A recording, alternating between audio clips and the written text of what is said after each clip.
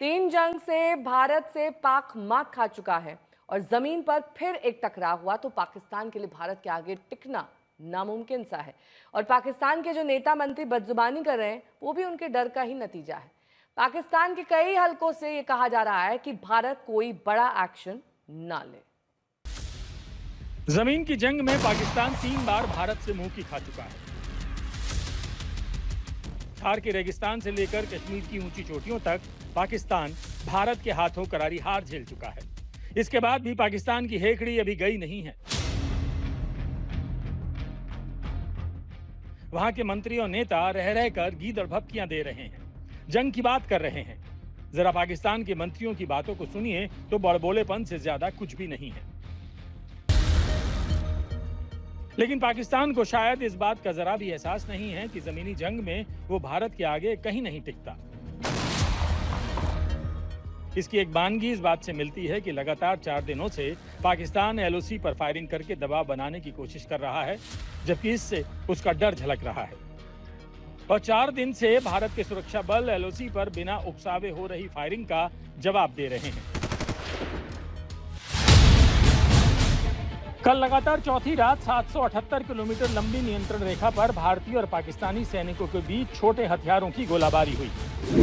तुतमारी गली, रामपुर, उरी, गुरेज और सुंदरबनी सेक्टरों में फायरिंग हुई और हर जगह करारा जवाब मिला।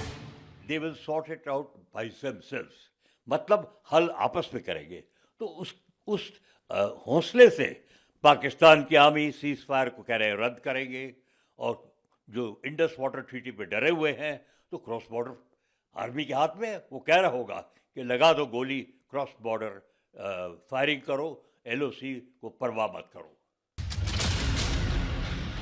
विशेषज्ञ बता रहे हैं कि भारत ने पाकिस्तान पर पूरी तरह से शिकंजा कस दिया है। अब उसके लिए बचना मुश्किल है। अब बेगुनाही के दावे करना पाक के लिए इतना आसान नहीं है, क्योंकि उसके आतंकी पकड़े जा रहे हैं। सारे वर्ल्ड आपके साथ में है, सारी इस्लामिक कंट्रीज आपको सपोर्ट कर रही हैं। आप किस बात की देर कर रहे हैं? अब समय मत गवाइए। ये जो पाकिस्तान ने जो कर रहा है ये दुनिया को पता है।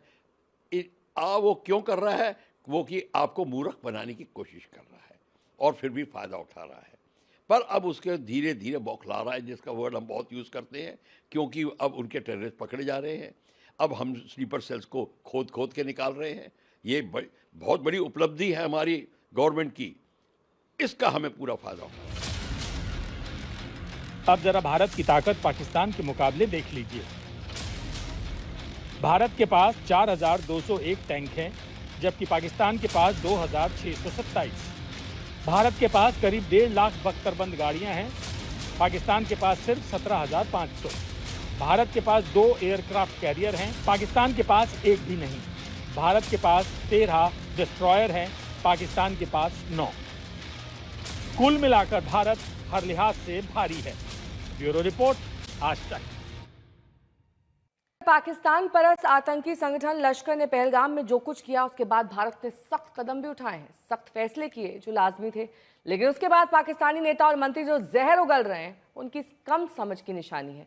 हकीकत यही है कि जमीन से लेकर आसमान और समंदर तक भारत की पकड़ सबसे ज्यादा मजबूत है। हर तरफ से पाक घिरा है, हर लिहाज से पाकिस्तान कमतर है। वहीं समंदर में भारत की ताकत का सबसे शानदार नजारा आईएनएस सूरत ने 5 दिन पहले ही दिखा दिया था, और उसके बाद से लगातार अरब सागर में भारत की मिसाइलें रह रहकर गरज रही हैं। मिसाइलों के सफल परीक्षण के बाद तय है कि समंदर के रास्ते पाकिस्तान को सबक सिखाना चुटकियों का खेल है।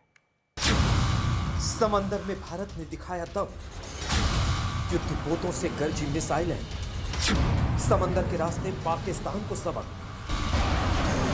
अरब सागर की ये तस्वीरें बता रही हैं कि भारत की तैयारी कितनी मुकम्मल है। एक तरफ दिल्ली में बैठकों का दौर चल रहा है, रक्षा मंत्री देश के चीफ ऑफ डिफेंस स्टाफ से पहले ही मिल चुके, और आज राजनाथ सिंह ने पीएम नरेंद्र मोदी से मुलाकात की। और उधर अरब सागर में कम से कम 5 दिन से भारत के युद्धपोतों पर एक ऐसे टेस्ट चल रहे हैं जिनको देखकर पाकिस्तान की सांस अटक सकती है। सबसे पहले ये तस्वीर आई थी 24 अप्रैल को, जगह थी अरब सागर में आईएनएस सूरत। भारतीय नौसेना ने अरब सागर में अपने विध्वंसक जहाज आईएनएस सूरत से सफल मिसाइल परीक्षण किया। मध्यम दूरी की सतह से हवा में मार करने वाली इस मिसाइल ने समुद्र में अपने लक्ष्य को सफलतापूर्वक भेदा और इसके बाद यह सिलसिला लगातार जारी है। लगातार अरब सागर में तैनात युद्धपोतों से भारत मिसाइलों और मिसाइल डिफेंस प्रणालियों का परीक्षण कर रहा है और परीक्षण बेहद सटीक साबित हुआ है।